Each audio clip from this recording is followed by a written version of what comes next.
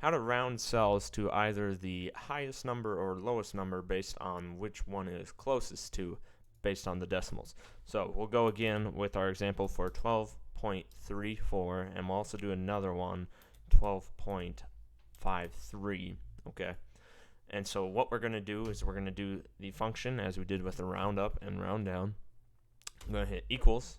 Just type round this time. This time we're just doing round. Okay. Again, we're going to select the cell that we want to do it with, and then the number of digits. And as always, we want 0 because we want it to go to just a whole number.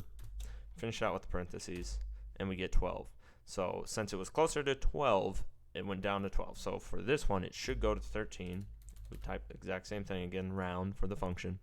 Select our cell, select the number of digits after the decimal we want, and it goes up to 13. So rather than specifically specifying whether you want to round up or round down, you can just use the round function and we'll go to the closest one available. And that is how you round cells in Microsoft Excel.